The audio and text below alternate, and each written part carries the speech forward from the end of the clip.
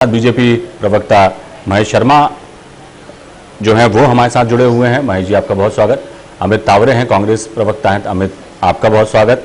और हमारे state head Rajesh Saxena हमारे साथ जुड़े हुए हैं। राजेश जी, सबसे पहले चर्चा का आगाज आपसे ही करता हूं।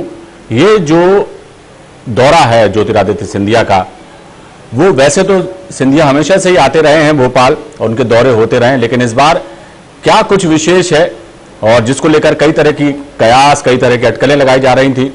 निगम मंडलों में नियुक्ति की बात हो या उनके समर्थकों को संगठन में एडजस्ट करने की बात हो, तमाम तरह की चीजें थी। अब ज्योतिरादित्य सिंधिया चूंकि खुद एमपी दौरे पर हैं तो बहुत सारी चीजें साफ भी हो सकती हैं और बहुत सारी चीजों का जो कयास लगाए जा रहे थे उन अटकलों को भी विराम लग सकता है। क्या कहेंगे?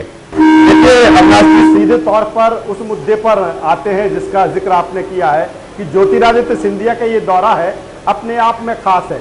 हम उसकी चर्चा फिलहाल नहीं करेंगे जो 15 दिनों से मध्य प्रदेश की सियासत में, राजनीति में चल रहा था। सीधे मुद्दे पर आते हैं कि ज्योतिरादित्य सिंधिया का ये दौरा क्यों खास है। 4 दिवसीय दौरे पर वो आ रहे हैं, लेकिन जो पहला दिन है वो पहला दिन अपने आप में बहुत खास है। ज्योतिरादित्य सिंधिया भोपाल आते हैं और सीधे बीजेपी के प्रदेश अध्यक्ष वीडी शर्मा के निवास पर पहुंचते हैं मुलाकात करने के लिए। लंच भी वहां पर उनका है। इसके बाद 3:30 बजे के बाद जो उनका कार्यक्रम है वो मुख्यमंत्री शिवराज सिंह चौहान से मिलने का है। इसके साथ ही वो शाम 6 बजे भूपेंद्र सिंह नगरीय प्रशासन विकास मंत्री से मिलेंगे। गोपाल भार्गव के बंगले पर जाके वो डिनर करेंगे। इसके अलावा तमाम सारे उनके कार्यक्रम राजधानी भोपाल में हैं। लेकिन ज्योतिरादित्य सिंधिया के इस दौरे के मायने समझना होंगे। मायने इस बात को लेकर है क्योंकि जिस तरह से ज्योतिरादित्य सिंधिया ने जब बीजेपी ज्वाइन की और बीजेपी ज्वाइन करते ही वो तमाम सारे जो उनके नेता समर्थक थे वो बीजेपी के हो गए कांग्रेस छोड़कर। और जब उपचुनाव हुआ तो उपचुनाव में कई ऐसे नेता भी हैं जो चुनाव हार गए और चुनाव हारने के बाद कहीं ना कहीं अब उनका राजनीतिक भविष्य क्या होगा, क्योंकि तब से लेकर अब तक उनकी किसी भी तरह की कोई सुध नहीं ली गई।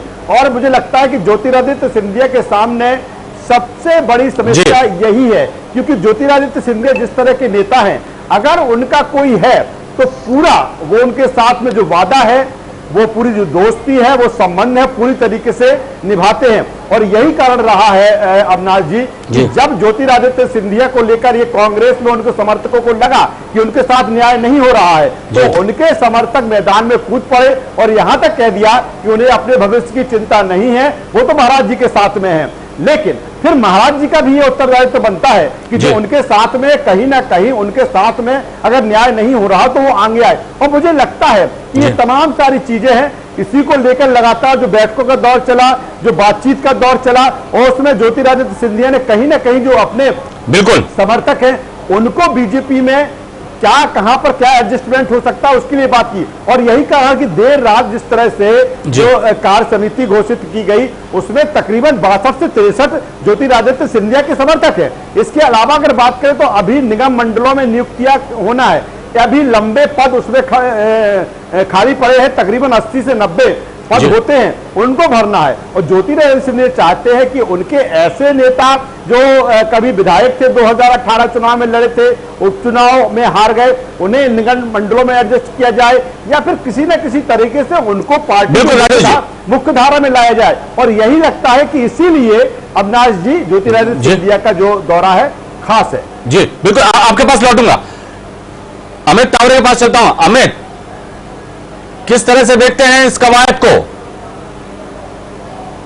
अमित, देखिए ये भारतीय जनता पार्टी का अंदरूनी मामला है जी, और क्योंकि अब वो भारतीय जनता पार्टी के नेता है जी, और जो कल रात में आधी रात बीजेपी की कार्यकारिणी घोषित की गई है जी, और जिस प्रकार से सभी नेताओं के नाम के आगे उनकी जाति का उल्लेख किया गया है जी, और आप इससे भी आपको पता लग जाएगा कि इस सूची का कितना महत्व है जी, कि करीब 1 दर्जन से ज्यादा नेताओं की जाति ही गलत लिख दी गई है उसमें जी, और आधी रात में किस तरीके से इसको जारी किया गया है और फिर उसके बाद किस तरीके से दबाव बनाने को लेकर राजनीति हम पिछले 15 दिन से देख रहे हैं।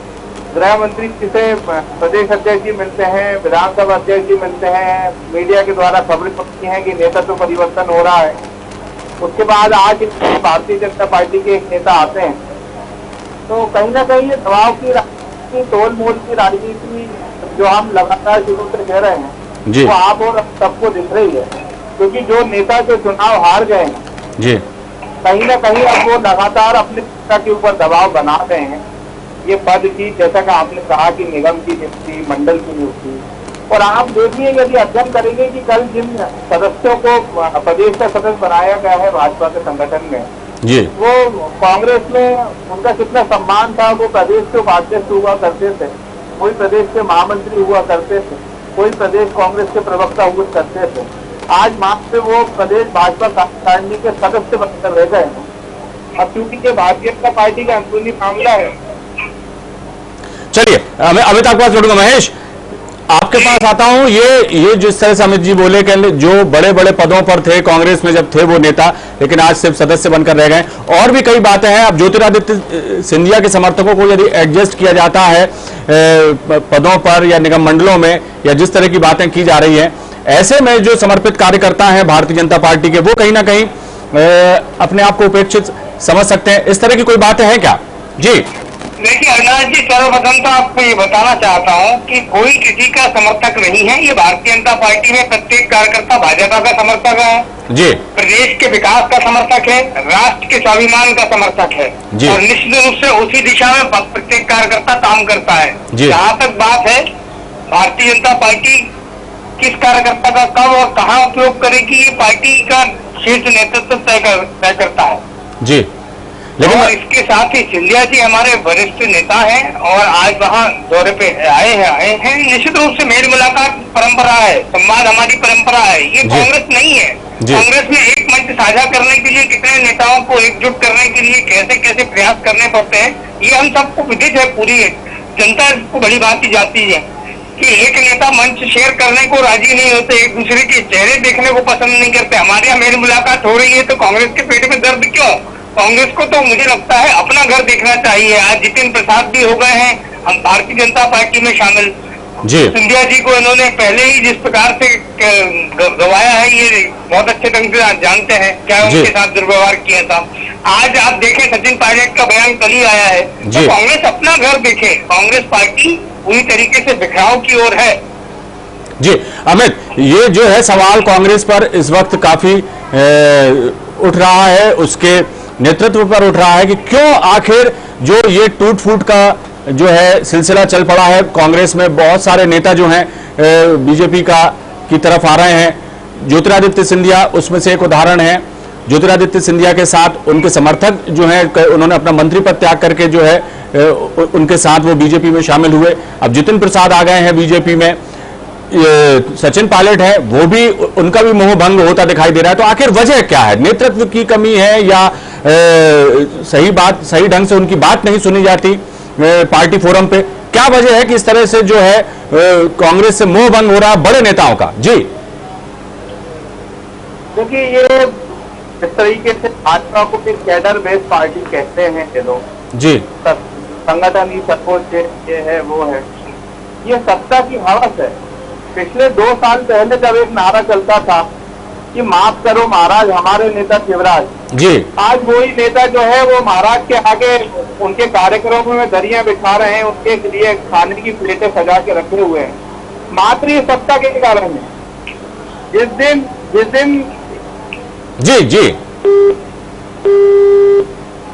अमित से हमारा संपर्क फिलहाल अभी टूट गया है। राजेश जी, अमित जी से तो बात नहीं हो पाई, उनसे अभी संपर्क नहीं, टूट गया है हमारा। लेकिन एक बात ये भी तय है कि ठीक है कि ज्योतिरादित्य सिंधिया कांग्रेस छोड़ के बीजेपी में आए, क्या कुछ वजह रही, उन कारणों पे मैं नहीं जाना चाहता। लेकिन लगातार जो है कांग्रेस के नेताओं का मोह भंग पार्टी से होना, जितिन प्रसाद भी अब देखिए आ गए हैं, और ये पहला मौका नहीं है। क्षेत्रीय स्तर पर भी बहुत सारे ऐसे नेता हैं जिनका कांग्रेस से छूटकर बीजेपी में आने का सिलसिला जो है लगातार लंबे समय तक रहा, और अभी भी सिलसिला बरकरार है, टूटा नहीं। चाहे बंगाल की बात कर लें, चाहे उत्तर प्रदेश की बात कर लें, चाहे मध्य प्रदेश की बात कर लें, कांग्रेस को भी अंतर्मन में झांकने की बहुत जरूरत है कि आखिर क्या उनकी गलतियां, क्या खामियां हैं जो पार्टी को मजबूत बनाने की जितनी कोशिश की जाती है उतना ही बिखराव और जो है टकराव सामने और आता है।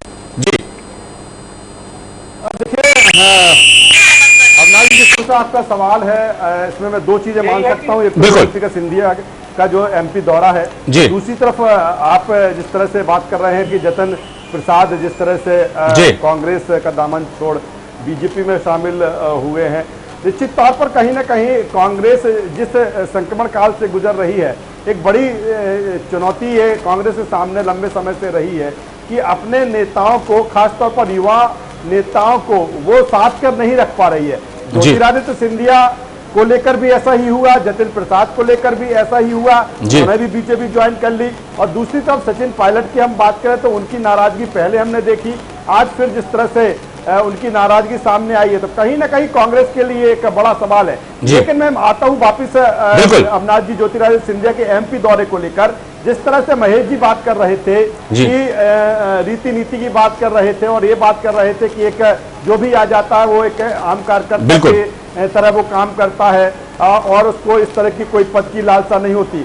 लेकिन मैं इससे अलग बात करता हूं, क्योंकि जो सिंधिया समर्थक नेता आए हैं वो कोई घर बैठने के लिए नहीं आए हैं अविनाश जी, कहीं ना कहीं वो भी अपना राजनीतिक जो भविष्य है दांव पे लगा के आए हैं, उनकी भी घर थोड़े बैठना है, उनको भी कहीं ना कहीं अपना राजनीतिक भविष्य तलाशना है। और इसीलिए वो कांग्रेस छोड़कर, हाँ ये जरूर है कि जितने भी समर्थक उनके वो पूरी तरीके से ज्योतिरादित्य सिंधिया के लिए समर्पित है। तो ज्योतिरादित्य सिंधिया का भी उत्तरदायित्व बनता है कि जो उनके समर्थक है जिन्होंने राजनीतिक भविष्य दांव पर लगाया है, कहीं ना कहीं वो बीजेपी की मुख्य धारा में तो आ जाए। तो इसीलिए तमाम सारी कवायद की जा रही है। एक बात और जोड़ना चाहूंगा अविनाश जी यहाँ पर मैं, इतना इसमें एक जरूर मैं पॉइंट जोड़ूंगा कि ज्योतिरादित्य सिंधिया के जो समर्थक हैं, ज्योतिरादित्य सिंधिया जो कह देंगे, जहां एडजस्टमेंट कर देंगे, वो उनके समर्थक वो मान लेंगे। इतना ज्योतिरादित्य सिंधिया के समर्थकों में है क्योंकि वो पूरी तरीके से उनमें समर्पित है। लेकिन कहीं ना कहीं वो उनका जो एक राजनीतिक है, उनका जो भविष्य है,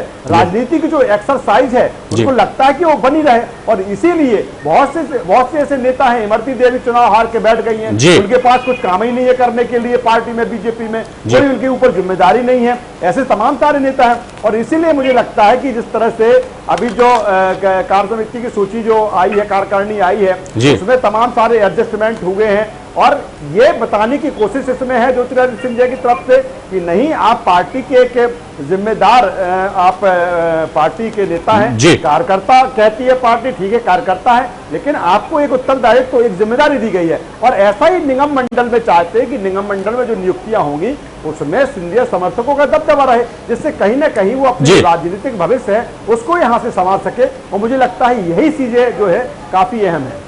जी महेश जी क्या कहेंगे, क्योंकि एक बात तो यह है कि जिस वक्त ज्योतिरादित्य सिंधिया कांग्रेस छोड़कर बीजेपी में आए, उनको राज्यसभा सांसद बनाया गया, तमाम चीजें हुई, लेकिन सवाल यही उठता रहा कि जो वो लोग हैं जो ज्योतिरादित्य सिंधिया की वजह से कांग्रेस छोड़कर बीजेपी में आए, वो भी एक बहुत लंबी फहरिस्त है, बड़े से लेकर छोटे कार्यकर्ता तक वो लोग सब आए। लेकिन जैसा राजेश जी अभी कह रहे थे कि कहीं ना कहीं राजनीतिक कैरियर जो अपना बनाने की जो चाह होती है, अपेक्षा होती है, वो जाहिर तौर पर लाजमी है कि उन कार्यकर्ताओं में, उन नेताओं में भी है। और लिहाजा जब सिंधिया जी है उनके साथ और उनके वो समर्पित कार्यकर्ता है, तो अपेक्षा सिंधिया जी से भी बढ़ जाती है और पार्टी से भी बढ़ जाती है। ऐसे में क्या लगता है कि किस तरह के जो है समीकरण आगे बनते दिखाई दे रहे हैं? महेश जी क्या कहेंगे? देखिए अविनाश जी, भारतीय जनता पार्टी के प्रत्येक कार्यकर्ता के साथ पार्टी का नेतृत्व खड़ा है और सिंधिया जी के साथ आए कार्यकर्ता अब भारतीय जनता पार्टी के कार्यकर्ता है। उनकी चिंता भी पार्टी का नेतृत्व ही करेगा। पार्टी नेतृत्व तय करेगा किस कार्यकर्ता की कहाँ उपयोगिता है, उसके आधार पर उनका निर्णय किया जाएगा। राजनीतिक भविष्य किसी को भी चिंता इसलिए नहीं करनी चाहिए। राजनीति में महत्वाकांक्षा होना एक अलग बात है, लेकिन राजनीति में पद प्राप्ति एकमात्र लक्ष्य नहीं होता। भारतीय जनता पार्टी का कार्यकर्ता अंत्योदय के लक्ष्य को लेकर काम करता है, तो निश्चित रूप से जिस कार्यकर्ता की जहां उपयोगिता होगी शीर्ष नेतृत्व तय करेगा। जी अमित, आप हमारे साथ हैं? हाँ निश्चित तौर पर। अमित जी क्या कहेंगे? देखिए मैं आपको एक बहुत उदाहरण देता हूँ, उससे आपको और पूरे हमारे दर्शकों को न्यूज वर्ल्ड के सारी स्थितियां स्पष्ट हो जाएंगी। जी अभी मैं बात करता हूँ, मेरे साथी है महेश शर्मा जी, युवा है और भारतीय जनता पार्टी के अच्छे प्रवक्ता हैं। क्या कहा कि महेश शर्मा जी बगैर चुनाव लड़े मंत्री नहीं बन पाए? और दूसरी पार्टी से आए हुए लोग इतने दिनों तक मंत्री बन के रह गए। ये एक उदाहरण मैं आपको बताता हूँ। दूसरा उदाहरण, आज भारतीय जनता पार्टी को जिन नेताओं ने गढ़ा मध्य प्रदेश में, जयंत मलैया जी, डॉक्टर गौरीशंकर शेजवार जी, आखिर उनकी स्थिति भारतीय जनता पार्टी में आज की स्थिति में क्या है, ये आप और हम सब जानते हैं। ये मात्र एक सत्ता और स्वार्थ का जोड़ तोड़ है। हम आपसे फिर बोल रहे हैं 2023 में स्थितियां क्या होंगी। अमित जी अमित जी से फिर हमारा संपर्क टूट रहा है। राजेश जी, फिर वही बात होती है, जैसा अमित जी कह रहे थे कि बीजेपी के बारे में वो बता रहे थे, जयंत मलैया का हवाला दे रहे थे, गौरीशंकर शेजवार का हवाला दे रहे थे, लेकिन ऐसा नहीं है। जहां तक मुझे लगता है कि जब तक ये वरिष्ठ नेता बीजेपी में के जो बड़े नेता हैं, मलैया जी की बात जिस तरह से उन्होंने की या गौरीशंकर शेजवार जी की, तो ऐसा नहीं है कि जब उन्हें पार्टी ने मौका नहीं दिया हो, मंत्री पद नहीं दिया हो या बड़े पदों पर या उस पर नहीं रखा हो। बहरहाल ये पार्टी का अंदरूनी मामला है कि वो किसे आगे बढ़ाती है या किसे मौका देती है या किसे क्या जिम्मेदारी देती है। लेकिन मौजूदा बात तो ये है कि ज्योतिरादित्य सिंधिया के समर्थक जो एक लंबे समय से राह भी देख रहे थे एक तरह से कि इस विषय में कोई आगे बात बढ़े, ताकि संगठन में या कहीं उनको जगह मिले, ताकि उनके राजनीतिक भविष्य भी सुरक्षित रह सके। और सबकी निगाहें जो उनके समर्थक है सिंधिया जी पर ही थी, लाजमी है। और अब सिंधिया जी चूंकि आ गए हैं, 4 दिन के दौरे पर है, तो 4 दिन के इस दौरे में बहुत कुछ जो है साफ हो सकता है क्या? बिल्कुल अविनाश जी, जाहिर सी बात है, इन 4 दिनों में जो हम बात लगातार कर रहे हैं कि इन 4 दिनों में ये पहला जो दिन है ज्योतिरादित्य सिंधिया के दौरे का, तो काफी अहम है और काफी खास है। उसका कारण यही है कि आज वो दिन भर जो शीर्ष नेतृत्व है, जो शीर्ष नेता हैं बीजेपी के या सरकार की बात करें तो मुख्यमंत्री शिवराज सिंह चौहान हैं, उनसे उनकी मुलाकात होगी। वीडी शर्मा चूंकि बीजेपी के प्रदेश अध्यक्ष है, संगठन की कमान उनके हाथ में है, तो जाहिर सी बात है सबसे पहले ही उनकी मुलाकात उनसे हुई। सुहास भगत बीजेपी के जो संगठन महामंत्री हैं, वो भी वहाँ पर साथ में आज जो लंच हो रहा है और गुफ्तगू हो रही है, चर्चा हो रही है, वो भी उनके साथ में है। तो पहला जो 1:30 बजे से और 3:30 बजे का एक शेड्यूल है ज्योतिरादित्य सिंधिया का, वो वीडी शर्मा के साथ में है। यानी कि संगठनात्मक स्तर पर तमाम सारी जो चर्चा करना है, तमाम सारी जो कवायद की चर्चा है आगामी समय के लिए, हालांकि बहुत सारी चीजें सॉर्ट आउट हो चुकी है, उस कार्य सूची की बात कर रहे हैं, हम कार्य समिति की बात कर रहे हैं, लेकिन अभी निगम मंडल बाकी है। निगम मंडल में संगठन के साथ चूंकि सरकार का ये उत्तरदायित्व होता है, सरकार के डिसीजन होता है कि निगम मंडल में किस तरह से नियुक्तियां उसको करना है। तो अब उनकी मुख्यमंत्री शिवराज सिंह चौहान से 3:30 बजे के बाद उनसे मुलाकात होगी, तो वहां पर वो तमाम सारी चीजें हैं। और मुझे लगता है अविनाश जी कि कई चीजों पर मंथन और चिंतन हो चुका है, रणनीति लगभग बन चुकी है, क्योंकि दिल्ली से भोपाल तक तमाम सारी बैठकें ही चली हैं। फिर सीएम के बाद जब शिवराज सिंह चौहान से उनकी मुलाकात होगी, तो फिर सौजन्य भेंट हम कहेंगे कि जब उनकी भूपेंद्र सिंह के साथ भी होगी। आज जब हमने उनसे बात की थी कि ज्योतिरादित्य सिंधिया आ रहे हैं, तो उन्होंने कहा स्वागत है और वो हमारे पास में चाय पर आएंगे। गोपाल भार्गव की बात करें तो गोपाल भार्गव के साथ भी उनको जिस तरह से डिनर लेना है। इसके अलावा ज्योतिरादित्य सिंधिया तमाम सारे लोगों के यहाँ पर भी जाएंगे। हाल में जिस तरह से बीजेपी के वरिष्ठ नेता विजय सलूनावत का निधन हुआ, उनके यहाँ पर भी जाएंगे। वरिष्ठ पत्रकार जिस तरह से शिवराज पटेरिया जी का जो निधन हुआ है कोरोना के चलते, उनके यहाँ पर भी जाएंगे। तो ये मेल मिलाप चलता रहेगा, लेकिन कुल मिलाकर मुझे लगता है कि सारी चीजें बहुत कुछ तय हैं, बहुत कुछ साफ है। और अब ये मेल मिलाप है और अंतिम दौर में कुछ चीजें रह गई हो तो शायद लगता है उस पर चर्चा होगी।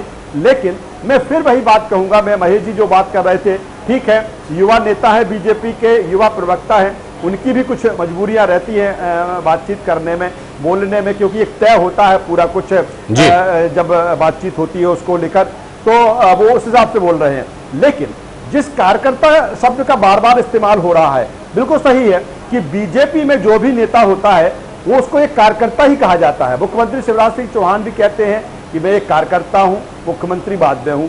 वीडी शर्मा भी कहते हैं प्रदेश अध्यक्ष बाद में है, पहले एक कार्यकर्ता है। लेकिन हम बात कर रहे हैं सिंधिया समर्थकों की। सिंधिया समर्थक में कोई वो ABCD बीजेपी में पढ़ने नहीं आए हैं, वो जिस हिसाब से वहां पर आए हैं, जिस स्तर पर वहां पर आए हैं, पूरी एक मेच्योरिटी के साथ उन्होंने कांग्रेस में काम किया, लंबा उनका एक राजनीतिक करियर कांग्रेस में रहा है, तो एक पायदान भी कहीं ना कहीं है और ये पायदान लेकर ही वो बीजेपी में आए हुए हैं। निश्चित तौर पर यह भी कह सकते हैं कि कई चीजें होने में थोड़ा समय लगता है, एडजस्टमेंट लगता है कि कहीं ना कहीं जो बीजेपी की रीति नीति है, विचारधारा है, बीजेपी चाहती है तमाम सारे ट्रेनिंग प्रोग्राम्स के जरिए बहुत सारी कवायद इसके लिए होती हैं कि उनको तैयार किया जाए बीजेपी के लिए, लेकिन उनको एक आम कार्यकर्ता की तरह छोड़ दिया जाए या फिर जिस तट के वो नेता रहे हैं जी बिल्कुल तट को लेकर उनको एडजस्टमेंट किया जाए, जिससे कि वो आगे की जो उनकी राजनीति उनके क्षेत्र में है। इमरती देवी डबरा से आती है, तो कहीं ना कहीं हालांकि ये विधानसभा का जो उपचुनाव था वो हार गई, लेकिन लंबे समय लगातार उन्होंने डबरा से प्रतिनिधित्व किया है, कांग्रेस की सीट पे वो जीतती रही है, भले मध्य प्रदेश में बीजेपी की सरकार रही है, लेकिन इमरती देवी ने वहां से लगातार चुनाव जीते हैं। तो अब वो चाहेंगे ना कि वो एक बिल्कुल वो फ्रंट उसमें आए और कहीं ना कहीं उनको लगे कि एक जिम्मेदारी भरा उनको कोई ना कोई पद मिले, सम्मान मिले और जवाबदारी उनको ऐसी, जी बिल्कुल, ताकि वो अपना राजनीतिक भविष्य भी देख सकें, उसको उनका भविष्य भी। जी जी जी जी सिंधिया मुख्यमंत्री शिवराज सिंह चौहान के निवास पर पहुंचेंगे, वो पहुंच चुके हैं, ये ताजा अपडेट है। चलिए यानी अब मेल मुलाकातों का दौर जो है वो शुरू हो चुका है। ज्योतिरादित्य सिंधिया भोपाल आए, सबसे पहले प्रदेश अध्यक्ष वी.डी. शर्मा से मिले, अब वो मुख्यमंत्री निवास पहुंचे हैं जहां शिवराज सिंह चौहान से उनकी मुलाकात होगी। क्या कुछ अब समीकरण बनते हैं और क्या कुछ जो है सिंधिया समर्थकों को दिया जाता है और कितना कुछ वो संतुष्ट होते हैं, ये सब अब देखने वाली बात होगी। 4 दिन में बहुत कुछ साफ हो जाने वाला है। महेश जी बहुत बहुत शुक्रिया हमसे चर्चा के लिए। अमित आपका बहुत शुक्रिया। राजेश जी आपका भी बहुत शुक्रिया इस जानकारी के लिए। तो कुल मिला के ज्योतिरादित्य सिंधिया के मध्य प्रदेश दौरे के जो सियासी मायने निकाले जा रहे थे वो कई हैं, खासतौर से उनके समर्थकों का जो है भविष्य जो है बहुत कुछ उनके दौरे पर निर्भर करता है। क्या कुछ 4 दिनों की मेल मुलाकातों और उनके दौरे के बीच होता है, ये जल्दी पता लग जाएगा। फिलहाल दीजिए